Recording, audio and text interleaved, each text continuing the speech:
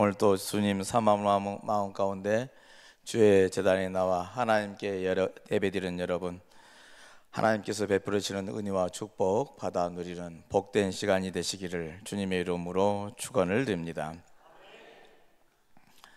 한 해 동안 어떻게 잘 지내셨습니까? 비상계엄선언으로 무탈하다고는 할 수는 없겠지만 그래도 오늘 송년주일로 모여서 하나님께 예배드리는 우리들, 아무튼 하나님의 은혜로 아무 탈 없이 지내올 수 있지 않았냐 싶습니다. 세계 각처에서 전해져 오는 전쟁과 기근의 소식들을 들을 수 있지만은 우리는 다행히도 전쟁으로 인해서 피난을 간다거나 먹지 못해서 굶주리는 일은 없지 않느냐 싶습니다. 그런 의미에서 하나님의 은혜인 것이죠. 나라 경제가 전체적으로 힘들고 어려운 때라서 사람들이 하루하루 먹고 살기가 힘들다고도 이야기들을 합니다. 사업을 하는 분들이나 아니면 작은 장사를 하는 기업이들이나 우리 또 직장을 다니는 분들 할 것 없이 모든 분들이 지금의 어려운 사정들을 호소를 하고 있습니다. 그럼에도 불구하고 이제까지 지내온 것이 주님의 은혜라는 고백은 변치 않는 것 같습니다. 어떤 모양이든 어떤 형편이든 하나님은 우리를 지켜주시고 돌보셔서 오늘 이 자리에 송년주일로 하나님을 예배하고 있지 않냐 싶습니다. 이 모든 일, 우리가 알고 믿게 된 예수를 믿고 신하는 그 덕분 아니겠습니까? 하나님이 우리를 선택하고 부르셔서 당신의 자녀로 삼아 주셨을 뿐만 아니라 언제나 안전하게 지켜주시고 보호해 주시는 은혜가 있었기에 지난 1년 무사히 잘 지낼 수 있었다고 믿습니다. 여러분들의 삶이 이 믿음과 이 신앙대로 또 풍성해지고 하늘의 복을 받아 누리는 복된 삶이 되시길 바랍니다. 한 해를 마감하는 송년지를 우리들이 지키면서요, 이 송년질에 뭐니 해도 시간에 대해서 역시 생각하지 않을 수가 없습니다.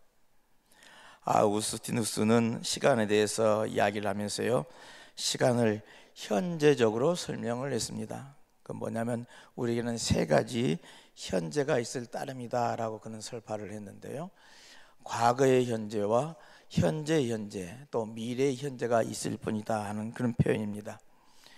이 말은 무슨 이야기냐 하면은 과거의 현재는 어떻게 우리에게, 과거는 어떻게 현재 우리들에게 와 닿는 것인가 하는 것이죠. 어떻게 우리가 현재에서 과거를 이야기합니까? 기억입니다. 예, 과거는 우리가 현재 기억함으로 우리들이 그 과거의 사건을 오늘로 가져오고 오늘의 삶을 살아가는 것이죠. 그러면 현재의 현재는 어떤 것일까요? 나를 바라보는 것. 그래서 어떻게 가능합니까? 그것은 통찰이라고 그렇습니다. 나를 직시해서 바라보는 것. 그래, 나의 모습이, 현재 나의 모습, 이렇구나라고 알 수 있는 것은 통찰을 통해서 알 수가 있다는 겁니다. 그러면 미래의 현재는 어떻게 우리한테 다가옵니까? 기대감으로 옵니다. 그래, 앞으로 이렇게 될 거야 라는 그 기대감 속에 오늘 미래가 오늘의 현재로 우리 앞에 다가온다는 것이죠. 이 세상에 과거에 좋은 것을 기억하고 지금도 좋은 상태로 지내는 사람이 있는가 하면, 어떤 사람은 과거에 나쁜 것을 기억하고 마음에 담아둔 채 지금도 나쁘게 지내는 사람이 있습니다. 옛날에 상처받아서 속상했던 일, 또 미워했던 것 등 잊지 못하고 계속 기억하면서 그렇게 살아가면 현재는 어떻습니까? 그의 속상한 일들이 계속 생각나는 것이죠. 그리고 현재에서도 상한 마음을 가지고 살 수밖에 없다는 겁니다. 그런 의미에서 그런 사람은 어떤 사람이니까 불쌍한 사람이라고 할 것입니다. 과거에 얽매여가지고 그 상처받은 이야기들 계속 되낸다면 이제 거기에 매어서 지금의 현재 나도 속상하고 아파지게 된다는 겁니다. 여러분은 어떻습니까? 지난날에 어떤 것들을 끄집어내서 기억하면서 살고 계십니까?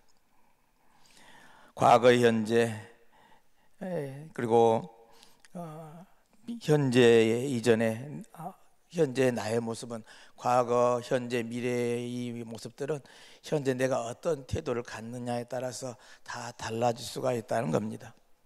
미래라는 것을 기대감을 가지고 바라본다고 그랬죠. 그래야 우리가 알 수 있는 현재라고 그랬습니다. 여러분은 장래를 2025년을 어떻게 받아들이고 계십니까? 물론 아직 우리 2024년이 끝나지는 않았습니다. 그리고 내일 모레 이제 우리 2025년을 맞이하게 될 겁니다. 2025년을 예측할 수도 있고 기대할 수도 있습니다. 근데 어떤 사람은 사람이나 일에 대해서 부정적으로 예측하는 사람들이 있습니다. 아이고, 나는 안 돼, 나는 틀렸어 라고 생각하는 사람들. 우리는 안 돼, 우리는 얘는 틀렸어. 또는 그 사람은 안 돼, 그 일은 안 돼, 그 일 소용이 없어 라고 이렇게 부정적으로 생각하고 안 된다는 생각하는 사람들, 이런 사람들은 앞으로 올를 기대로 맞이하지 못하고 절망적으로 이처하고 말하는 사람들이 그러할 겁니다. 그러면 불행하게 되어지더라는 것이죠. 이미 그렇게 예측을 하고 그렇게 생활하는데 그렇게 좋은 일이 일어날 수는 없더라는 얘기입니다. 그런데 그 반대로 그렇게 될 거야, 잘 될 거야, 잘 할 수 있어 라고 긍정적인 마인드가 있다면 그런 사람들은 그런 기대감을 오늘의 현재로 우리가 기대를 갖고 있는 것이고 이제 미래 그러한 일들이 내 삶에서 이루어지게 될 줄로 믿습니다.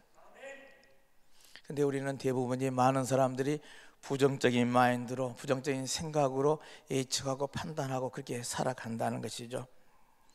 사람들 모두가 이맘때가 되면은 세월이 참 빠르다는 생각을 하게 되집니다. 국어사전에 보면은 세월을 흘러가는 시간이라고 이렇게 표현했습니다. 벤자민 프랭클린이라는 사람은 시간은 시시각각 우리에게 상처를 주다가 마지막에는 최후의 일격을 가한다라고 표현을 했습니다. 이 말은 시간이 지나가면 이런저런 일들이 사람들의 마음에 좋은 일로 또 좋은 기억으로 남는 것이 아니라 모두가 상처로 남는다라는 데서 이제 이 사람이 표현한 이야기입니다.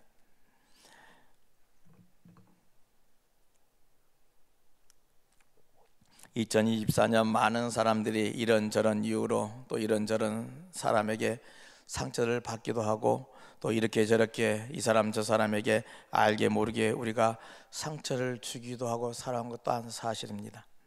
그러나 이제 한 해를 마무리하는 이때에 모두 용서하고 덮어주고 평안한 마음으로 가져가야 되는 것 아니겠습니까? 사람들은 자기는 용서하고 덮어주지 못하면서 다른 사람들이 그렇게 해주기를 바라기 때문에 우리들은 우리들의 일상 삶에서는 평안한 마음을 갖지 못하는 것 아니겠는가 생각해 봅니다. 예를 들어 먼저 우리가 어떻게 해야 할까요? 우리 예수 믿는 사람이 먼저 나서야죠. 내가 먼저 용서해주고 내가 먼저 덮어주고 용납해줄 때 우리는 평안한 마음을 간직하게 될 줄로 믿습니다. 오늘 한 해 마무리하면서요, 내가 먼저 용서하고 내가 먼저 다가가고 덮어주고 화해하는 귀한 은혜의 역사가 있으시기를 주님의 이름으로 축원을 드립니다. 오늘은 성탄 후 첫째 주일로 또 송년주일로 예배드립니다.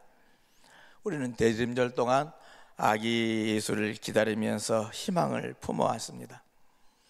한 주 한 주 이제 그런 주님이 오시기를, 정의의 하나님, 평화의 하나님, 생명의 하나님, 그러면 사랑의 하나님이 우리 앞에 우리 곁에 오시기를 기다리며 소망하고 기도해 왔습니다. 그리고 성탄절을 맞이해서 우리 모두는 이 아기를 품에 안았습니다. 성탄의 큰 기쁨이 우리에게 와서 주님이 내 안에, 내가 주님 안에 거하는 은혜의 은총의 선물을 받아 누렸습니다. 그런데 성경의 메시지는 우리의 이 희망과 아기는 하나님께 바쳐져야 한다고 말씀을 합니다. 그냥 우리가 내 것으로만 안고 간직하는 것이 아니라 그것이 또한 하나님께 바쳐져야 한다는 말씀입니다. 희망이라는 것이요, 우리에게 계시면 내 소유가 되지고 된다면 그 희망은 개인의 욕심으로 변할 수가 있다는 겁니다. 또한 우리의 희망은 그러기에 이런 개인적인 것으로 된다면 불안해집니다. 완전할 수가 없다는 겁니다. 이 말이 무슨 말이냐면 이 희망이 하나님께 바쳐져서 하나님 것이 되어질 때만이 온전해질 수 있다는 말씀입니다. 여러분, 이것을 믿으시기를 바랍니다. 우리는 하나님께 바쳐져야 될 존재라는 겁니다. 그래야 이 희망은 변질되지 않고 거룩한 목적을 이루어가게 되어져 있습니다. 마침 오늘 세 본문의 말씀은 이 받침과 관계되어 있는 말씀들입니다. 유대인들은 아기를 낳으면 8일째 할례를 베풀면서 아기를 하나님께 봉헌하는 그런 율법을 가지고 있었습니다.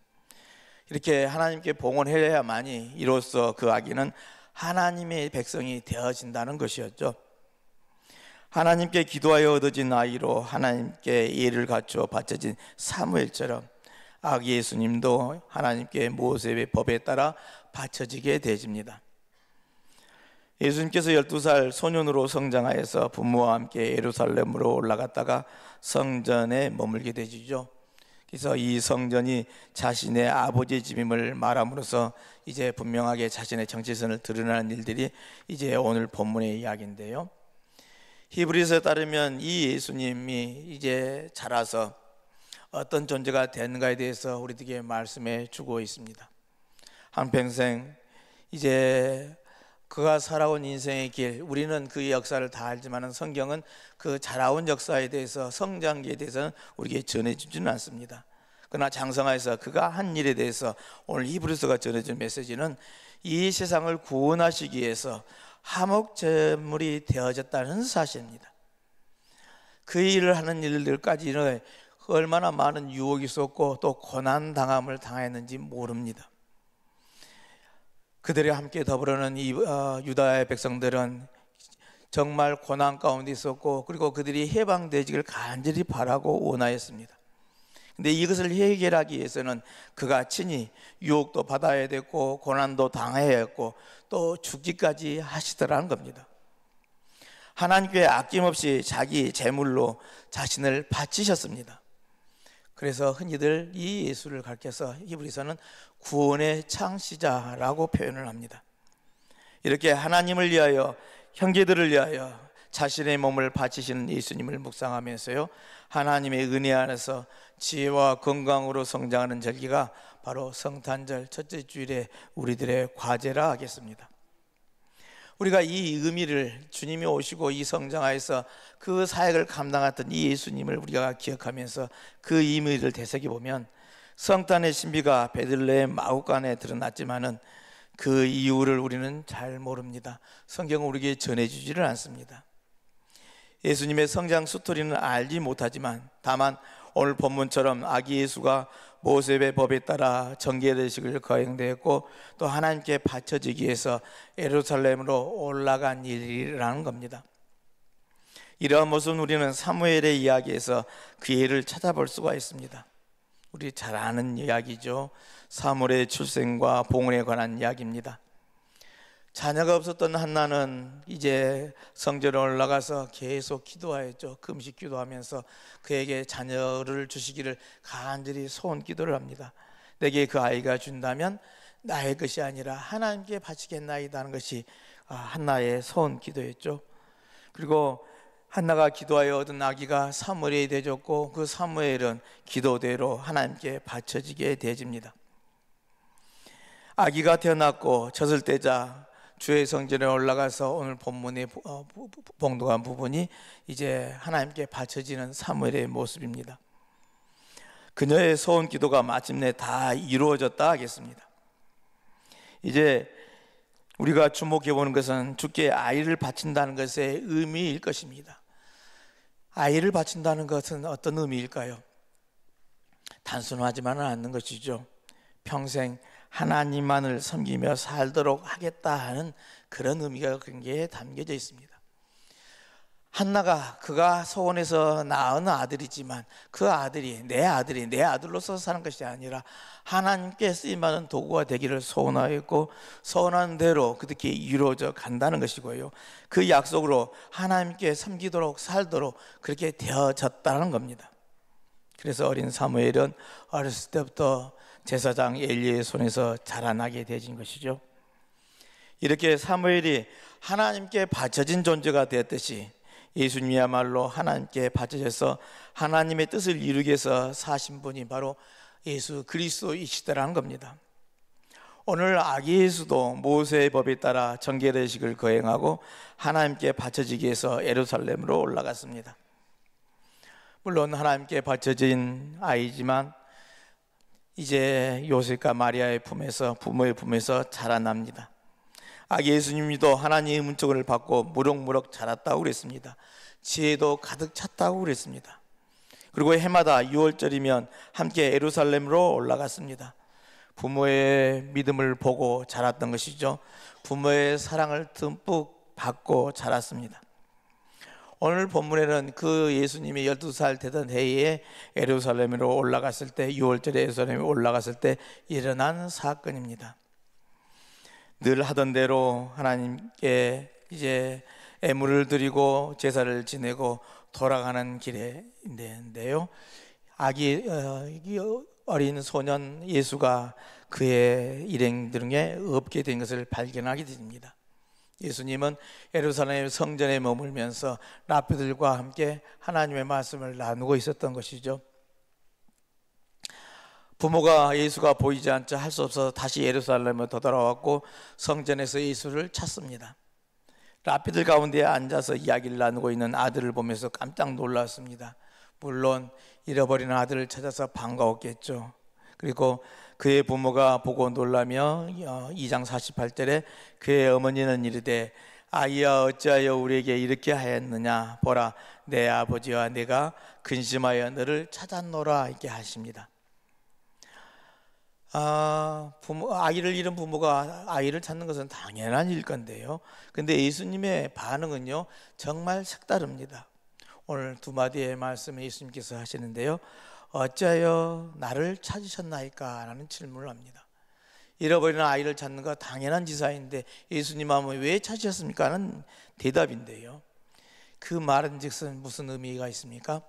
찾지 않아도 이제 제 몫을 할 만큼 그 존재감을 드러내셨다는 겁니다. 그렇게 컸다는 것이죠. 이제 예수님이 부모의 손에서 자라났지만, 그러나 이제 왜 나를 찾으셨습니까? 라고 묻는 질문 속에는 스스로가 하나님의 일을 하는 일꾼으로서의 이제 위치에 왔음을 선언하는 말씀이라 하겠습니다. 그러면서 그 다음 주시는 말씀은 내가 내 아버지 집에 있어야 될 줄을 알지 못하셨습니까? 라는 대답입니다. 대답과 질문이죠.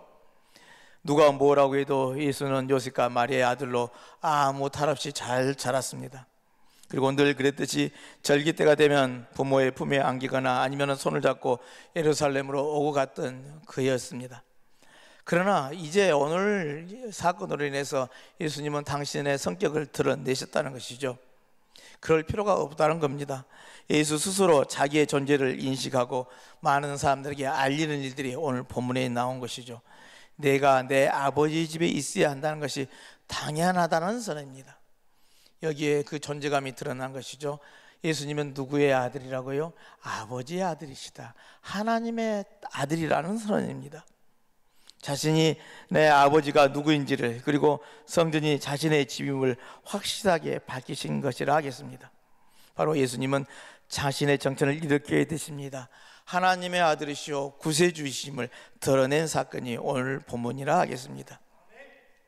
오늘 성경은 그러나 아직 부모님들은 이것을 알지 못했다고 그랬습니다. 그리고 예수님 또한 그 부모에 따라서 고향으로 들어가서 이제 잘 자라났다고 표현을 하죠. 어머니만 이 모든 일을 마음에 간직히 했다고 했습니다. 그리고 소년 예수는 이제 나사렛에서 돌아와서 부모님의 말씀에 순종하면서 지혜와 키가 자라면서 하나님과 사람에게 더욱 사랑받는 사람으로 성장했다라고 우리에게 알려줍니다. 이렇게 지혜와 키가 자라나고 하나님과 사람 앞에서 더욱 사랑을 받았던 예수님, 그 예수님이 이제 히브리서는 그 성격을 새롭게 규정해 줍니다. 화목제물이 되어 주셨다는 것이죠. 대제사장이 되어 주셨다는 겁니다. 이 세상 만물을 창조하신 분으로서 하나님과 함께 동등함을 입었던 그분이 이 땅에 내려와가지고 그의 형제들을 못 본 척 그대로 버려두지 않았다는 겁니다. 그들의 근본적인 문제인 죄를 속하시려고 대제사장이 되어 주셨다는 것이죠. 대제사장의 길은 그러니까 평탄한 길만은 아닙니다. 우리가 아는 것처럼 시험을 당하는 사람을 도우시기 위해서 몸소 시험과 고난을 당해야만 했습니다. 그리고 우리의 모든 죄를 대속의 제물이 되게 대속하여 주시기 위해서 당신 자신을 제물로 내어 놓으셨습니다. 그가 죽으심을 겪으심으로 죽음의 세력을 쥐고 있던 악마를 멸하고 한평생 죽음의 공포에 쌓여 살던 사람들에게는 해방을 선언하시고 해방시켜 주시는 일들을 그 예수님이 하셨다 하는 것이죠. 바로 이렇게 예수님은 우리로 하여금 하나님의 영광에 참여할 수 있도록 그 길을 열어주셨습니다. 그 이전까지는 하나님과 우리가 만날 수 없고 또 교제할 수도 없었지만, 그러나 예수님이 화목제물이 되셔서 그 희생제물이 되어주셨기에 우리는 그 예수의 이름으로 기도할 수가 있게 되었고 하나님과 소통할 수 있는 은혜를 입었다는 겁니다. 이 부족한 우리를 택하시고 하나님, 거룩한 하나님의 자녀가 되게 해주셨습니다. 그게 예수님이 바로 구원의 창시자임을 드러내는 사건인 것이죠. 히브리서는 이렇게 바쳐진 예수는 대제사장의 임무를 수행하여서 이렇게 구원을 창시하셨다고 고백을 합니다. 하나님께 바쳐진 예수, 하나님 앞에서 살과 피를 가진 사람들과 함께 살면서 연약한 그들의 죄를 대신 갚기에 시험받고 고난받음으로 하나님의 구원을 이루어진 예수, 그가 우리가 믿는 바로 예수 그리스도이시더라는 겁니다. 이렇게 하나님께 바침을 통해서 악인은 거룩해지고 하나님의 뜻을 이루는 대제사장이 되어 주셨습니다. 여기서 우리들 분명히 알아지는 것이 있죠. 바쳐지면 거룩하게 되지고 하나님의 도구가 되어진다는 사실입니다. 여러분, 이것을 믿으시기를 바랍니다. 바쳐지면 거룩해지고 또 하나님의 도구가 되어집니다. 우리들은 많이들 경험들을 하시죠. 우리가 새로운 성전을 건축할 때 우리들이 이런저런 이제 기물들을 봉헌을 합니다. 우리 교회도 이게 피아노가 받쳐져 있고요, 이렇게 강대상이 받쳐져 있죠. 우리 할 때마다 비록 같은 피아노이고 그리고 강대상이라 할지라도 나무의 책상이고 의자라 할지라도 이제 또 이게 지어지는 벽돌집이라 할지라도 봉헌의식을 통해서 하나님께 바쳐지면 어떻게 되는 겁니까? 성별되어진다 표현을 합니다. 그러면 피아노는 하나님을 찬미하는 신령한 악기가 되어진 것이고, 책상은 이렇게 설교단이 되어진 것이고요, 벽돌집은 말씀을 선포하고 성례절을 베푸는 주님의 집이 되어지더라는 겁니다. 이렇게 바쳐지면 거룩해지고 또 하나님의 도구가 되어서 하나님께 영광 돌리는 삶이 되어지는 것이죠. 2024년 마지막 송년주일을 우리는 보냅니다. 이 마지막 시간을 하나님께 바치는 귀한 믿음들이 되시기를 주님의 이름으로 축원을 드립니다. 이와 함께 우리의 자신을 온전히 바치는 은혜가 있으시길 바랍니다. 이 봉헌을 통해서 한 해 동안의 시간 전체가, 그리고 우리의 인생 자체가 이 모습 이대로 거룩하게 되어지고 하나님의 손에 들림받게 되어지는 귀한 은총 역사가 임하시기를 주님의 이름으로 축원을 드립니다. 이렇게 우리가 바쳐진 존재가 되어질 때, 바쳐진 삶이 되어질 때 우리 또한 이 땅에서 예수의 제사장의 직분을 수행하는 믿음의 삶이 되게 될 줄로 믿습니다. 이 직분은 특별한 사람만이 이루는 것은 아닙니다. 우리 모두가 할 수 있는 일입니다. 그리고 이 직분의 정점은 다른 데 있지 않습니다. 십자가에 있습니다. 그렇다고 해서 이 십자가가 희생만을 강요하는 것은 아닙니다. 많은 생명을 낳고 영생을 얻는 사랑의 선물임을 깨달아 아시기를 바랍니다. 주님께서 희생제물이 되셨고 우리를 구원의 창시자로서 이 땅에 오셨기에 그 예수를 나의 구주로 고백하고 믿음의 길을 가는 우리는 주님이 가셨던 그 십자가를 걷게 되어진 것이고, 그 길의 끝에 부활의 영광이 있음을 알고 또한 미래를 기대하며 나아가게 될 줄로 믿습니다. 우리에게 주신 이 은총의 선물을 깨달아 알고 그 하나님께 영광 돌리며 하늘 뜻을 펼쳐가는 귀하고 복된 하나님께 바쳐진 믿음의 삶이 되시기를 다시 한번 주님의 이름으로 축원을 드립니다.